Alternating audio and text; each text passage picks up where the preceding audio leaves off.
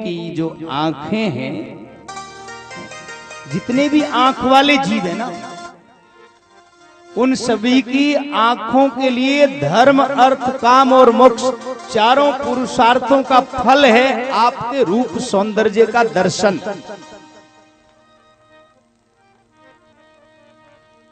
आंख वालों की आंख होने का फल यही है, धर्म, अर्थ, काम, मोक्ष का फल यही है कि आपके दर्शन हो, आपका रूप, आपका सौंदर्य इन आंखों से देखा जाए।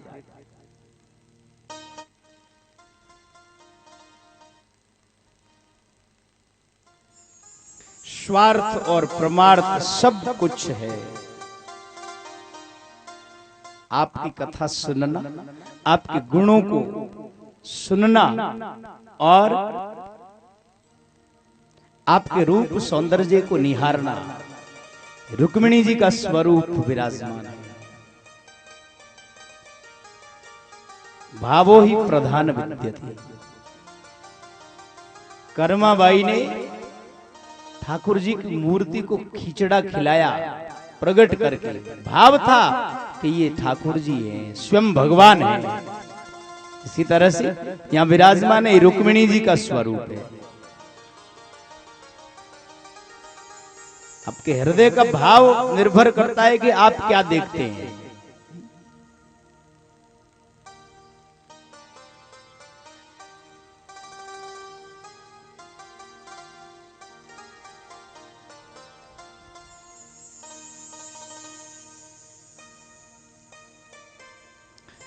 मैंने बहुत से ऐसे किस्से सुने।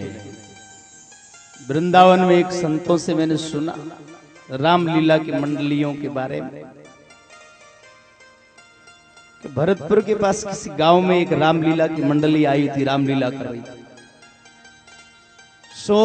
कुछ दुष्ट लोगों ने दुष्टता के कारण उस दिन सीता स्वयंवर में राम जी को शिव के धनुष को तोड़ना। उन्होंने क्या किया, वहां पर वो जो धनुष रखा हुआ था, लीला में तो लीला जैसा, उन दुष्टों ने वहां लोहे का एक धनुष बना करके रख दिया। रामलीला की मंडली की काफी प्रसिद्ध थी, बड़ी सुंदर लीलाएं होती थी, लोग उनको बड़ा पसंद करते थे। तो कुछ लोगों ने ईर्ष्या के कारण ऐसा किया, बोले अभी धनुष राम जी से टूटेगा नहीं, और इसलिए सब मंडली की बड़ी किरकिरी होगी।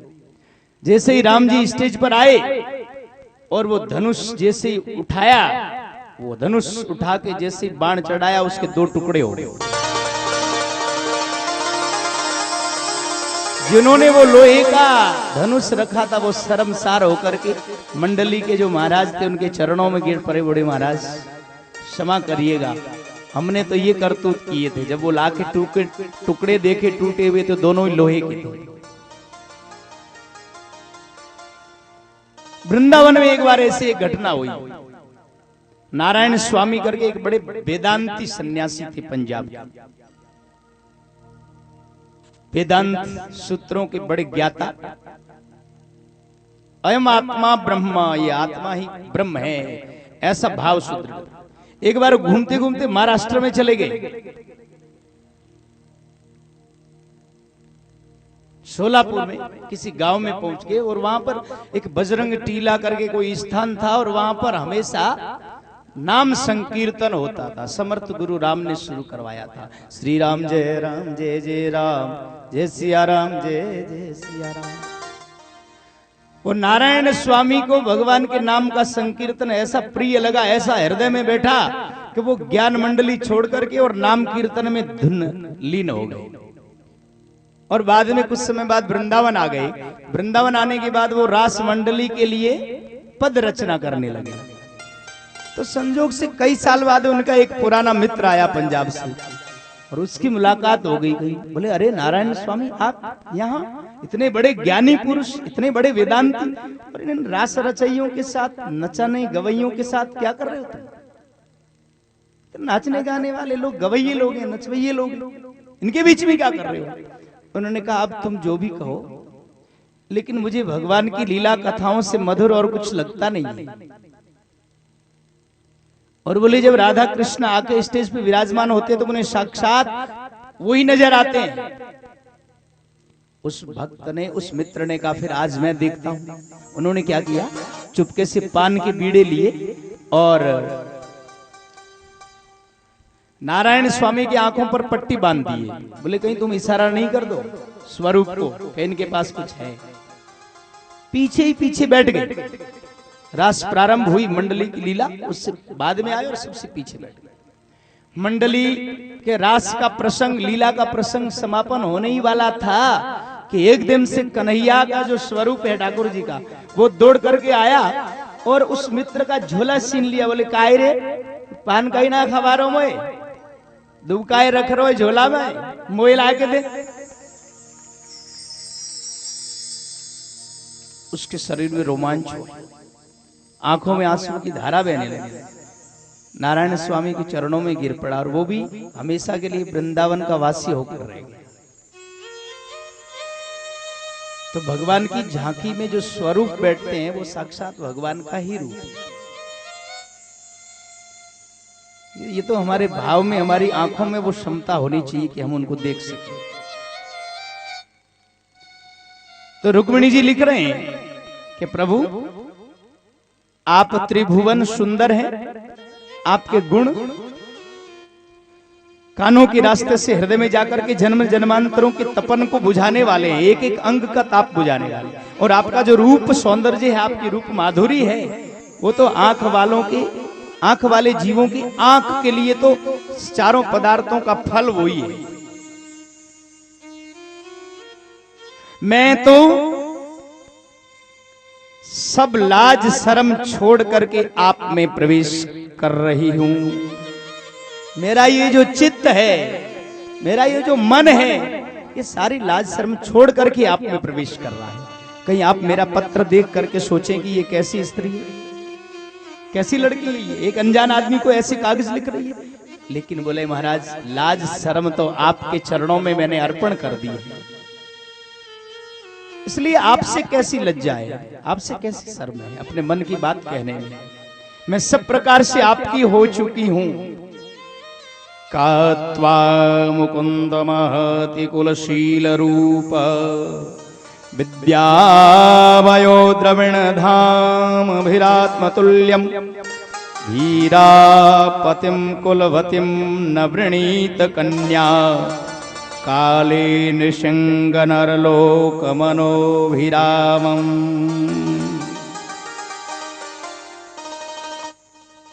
प्रेम के स्वरूप श्याम सुंदर, चाहे जिस दृष्टि से, माने चाहे जिस नजर से देखा जाए, चाहे जिस तरीके से देखा जाए, कुल में आपका पावन पवित्र यदुवंश है। पावन पवित्र भगवत भक्त धर्मज्ञ महाराज यदु के वंश में आपका जन्म हुआ। तो कुल शील, शील की दृष्टि से देखा जाए, 16 शेष नवरंग गोपी सहजे राखीलो में कन्नड़ बालो आप जति। तो प्रभु कुल में, शील में, स्वभाव में आपके जैसा मधुर, सरल और दयालु कारुणिक स्वभाव किसी का है ही नहीं। आपका जैसा स्वभाव है, पूतना जहर पिलाने आई तो भी आपने मां की गति दे दी, ऐसा स्वभाव भला और किसका होगा। विदुर जी के घर साग पत्ते खा करके भी आप वाह वाह किए हैं, बड़ी सराहना की, सबसे ऊंची प्रेम सगाई, ऐसा आपका स्वभाव है। और सौंदर्य, सुंदरता, सुंदरता जो है, फुटरापा है, वो तो भुवन मोहन, तीनों लोगों को मोहित करने वाला है आपका रूप। और विद्या, विद्या तो महाराज ब्रह्मा को भी वेदों का ज्ञान देने वाले तो आप ही हैं। ब्रह्मा जी को भी वेद का ज्ञान आपने दिया, तो आपसे बड़ा विद्यावान और कौन होगा। और अवस्था, भगवान की नित्य नूतन किशोर अवस्था कही गई है। 16 वर्ष की अवस्था होती। भगवान जब अवतार लेते हैं, लीला करते हैं, बालपन से 16 वर्ष तक बढ़ने की लीला करते हैं, और जब तक इस पृथ्वी पर रहते हैं वो 16 वर्ष की किशोर अवस्था में ही भक्तों को दिखाई देते हैं। भगवान श्री कृष्ण 125 वर्ष तक यहाँ रहे, लेकिन वो हमेशा 16 वर्ष के किशोर रूप में ही लोगों को दर्शन देते हैं। तो अवस्था आपके जैसी किसी की नहीं है। और धन और धाम द्वारिका जैसा स्थान है आपका, वैभवशाली।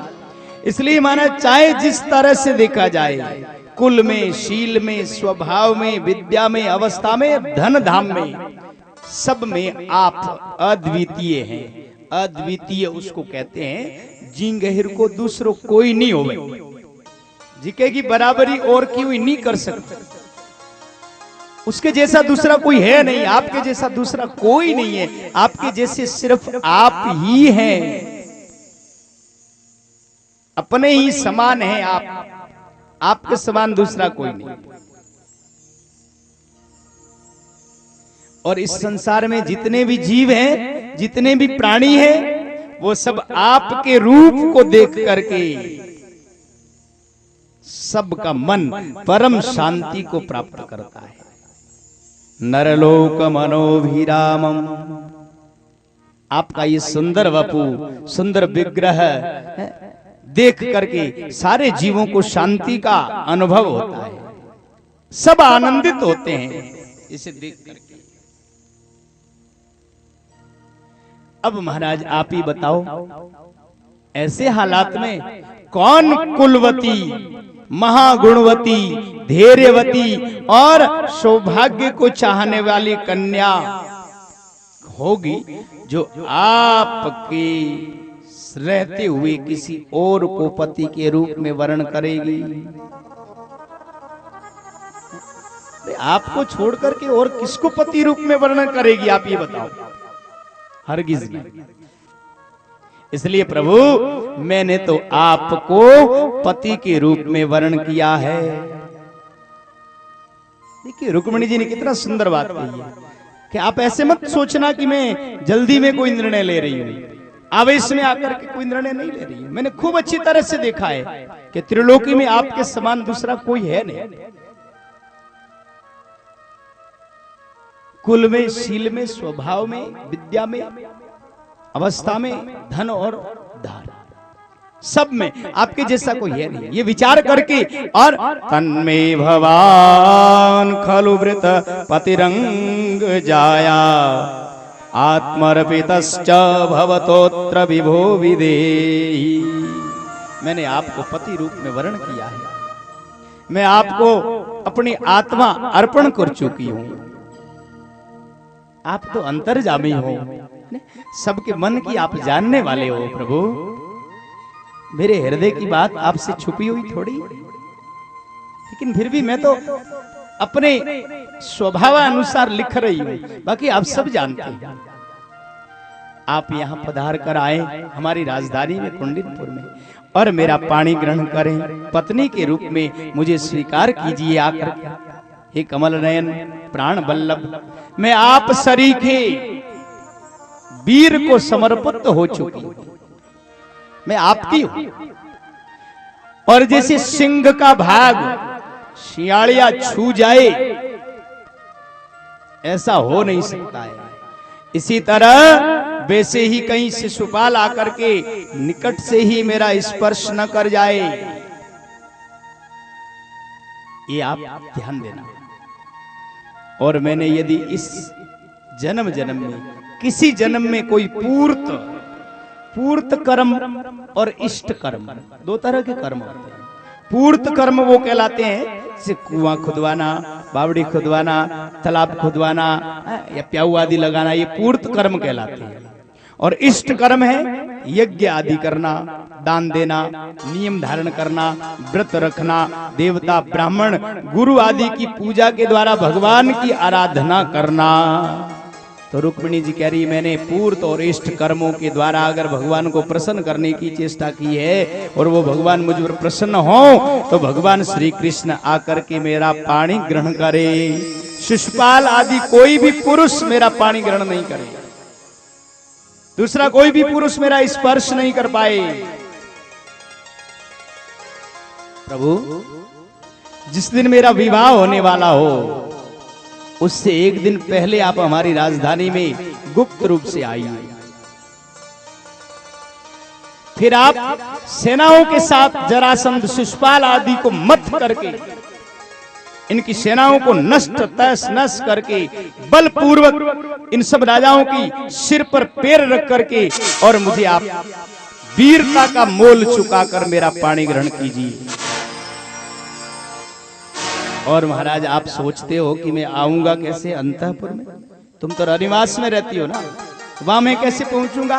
तो महाराज हमारे कुल की एक परंपरा है, अंतःपुरांतर चीमनिहत्य बंधुम सत्वामुद्वहे कथमिति प्रवदाम्युपायम् पूर्वे द्युरस्ति महति कुलदेवी यात्रा यस्यां बहिर्नववधूर गिरिजामुपेया। हमारे कुल में ऐसा नियम है कि विवाह के पहले दिन कुल देवी का दर्शन करने के लिए एक बहुत बड़ी यात्रा होती है, एक बहुत बड़ा जुलूस निकाला जाता है जिसमें ब्याही जाने वाली जिस कन्या का ब्याह होने वाला है उसको दुल्हन को नगर के बाहर गिरजा के मंदिर में जाना पड़ता है।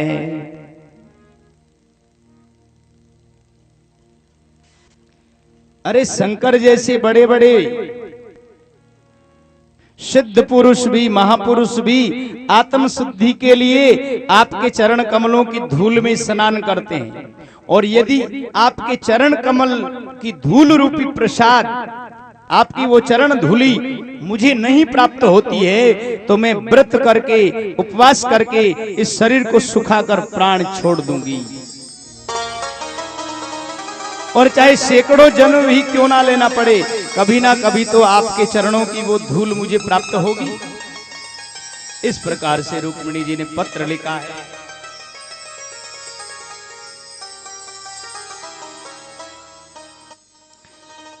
अब महाराज शिशुपाल की बारात आ गई।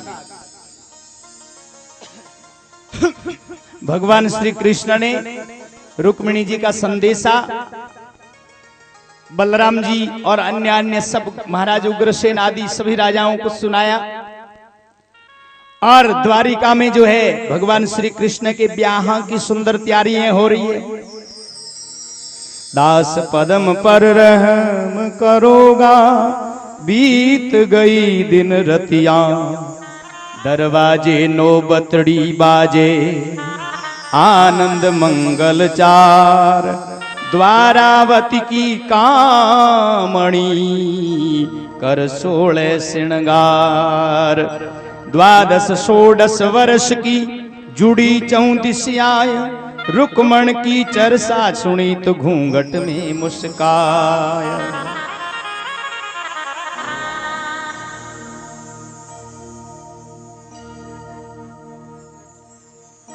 द्वारिका में मधुर बाजे बजने लगे हैं।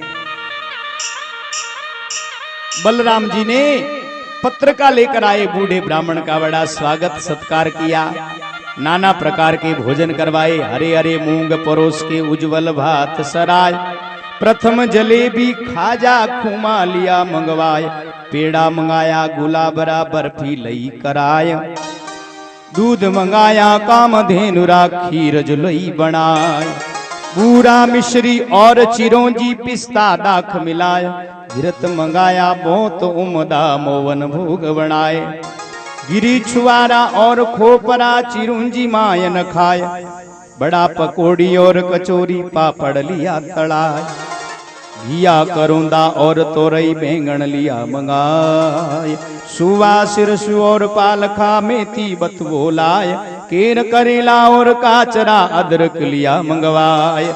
ऐसे ऐसे जो है नानाविध भोजन बनाए गए हैं, और ब्राह्मण को नाना प्रकार से स्वागत सत्कार किया गया है। नाना प्रकार का ब्राह्मण देवता को दान दिया गया है। और इधर भगवान श्री कृष्ण के विवाह की तैयारियां हो रही है। भगवान कृष्ण को दुल्हा बनाने की तैयारी। हाँ, हळद हाथ के सोतणी, सब विधि कहा बखाणी, सबके मन आनंद भयो, हरसे सारंग पाणी। चंदन चौकी आण आंगण में, सखियन मंगल गाया। चंदन चौकी आन आंगण में, सखियन मंगल गाया। मलयागिरी चौकी के ऊपर, श्री कृष्ण बैठाया। ओ मलयागिरी की चौकी ऊपर, श्री कृष्ण ने बैठाया। भगवान श्री कृष्ण के बींद बनने की तैयारियां हो रही हैं। ब्याह के मंगलाचार हो रहे हैं द्वारा कपुरी में।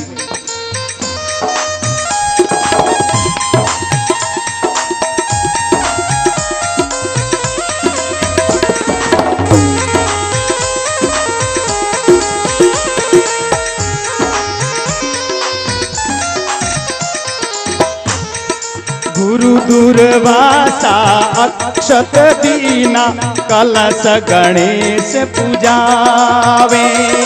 गुरु दुर्वासा अक्षत दीना, कलश गणेश पूजावे।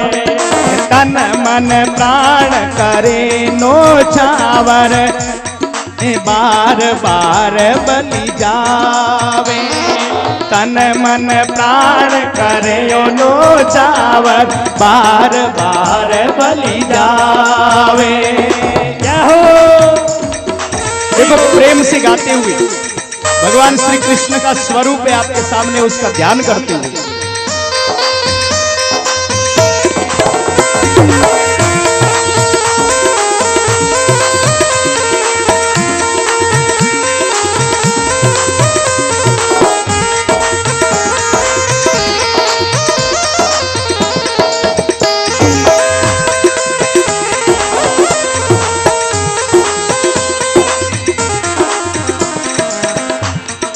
बहन सहोदरा करे आरतड़ो, राई लूण उतारे।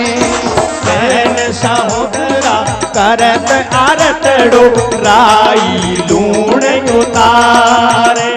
ये हळद चढ़ावे लाड लगावे, हंस हंस मंगल गावे। हळद चढ़ावे लाड लगावे, हंस हंस मंगल गावे। गावे गीत बजावे बाजा, बाटे रहस बधाई। गावे गीत बजावे बाजा, बाटे रहस बधाई। हळद हाथ की अद्भुत शोभा, जनपद मैये गाई। हळद हाथ की अद्भुत शोभा, जनपद मैये गाई।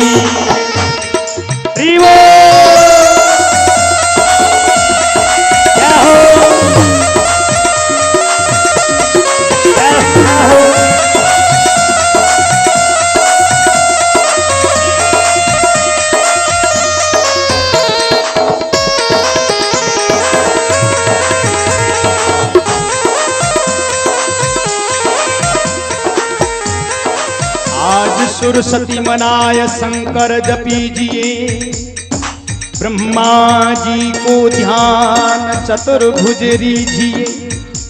कुल देवी को मनाय हाथ हळद लीजिए, दास पदम बल जाय मंगल अब कीजिए। ध्यान धरिए विष्णु जी को त्रिकोट विशाल का, सुर साज के सब जा साध गावे, बड़ा रण गोपाल का। इरी तुम आवो क्यों नी तेल चढ़ावो बना के, इरी तुम आवो क्यों नी तेल चढ़ावो बना के, आवो क्यों नी तेल चढ़ाओ बना के, इरी तुम आवो क्यों नी तेल चढ़ाओ बना के।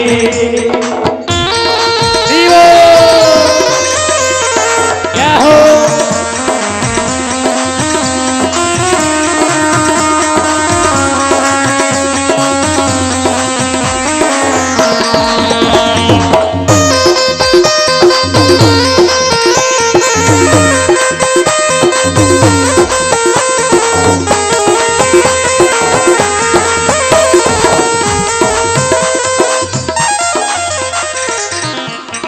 चोवा चंदन और किस्तूरी बनड़ा के अंग लगावोरी, चोवा चंदन और किस्तूरी बनड़ा के अंग लगावोरी, तेरी तुम आवो क्यों तेल चढ़ावो बना के, तेरी तुम आवो क्यों नी तेल चढ़ावो बना के।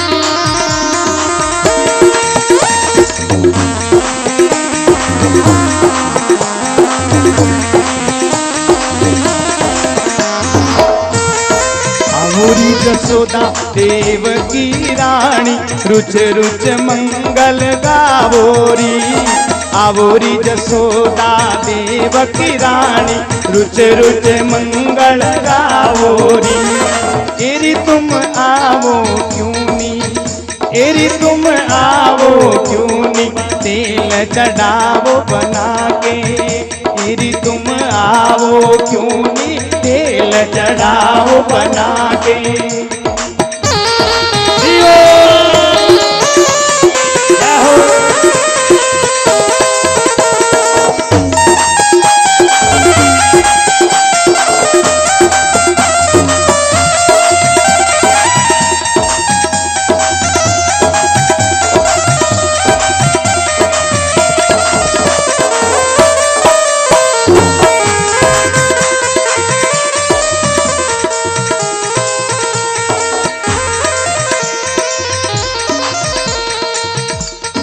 इस प्रकार से माँ देव की रोहिणी आदि जो है द्वारिका में मंगलाचार हो रहा है।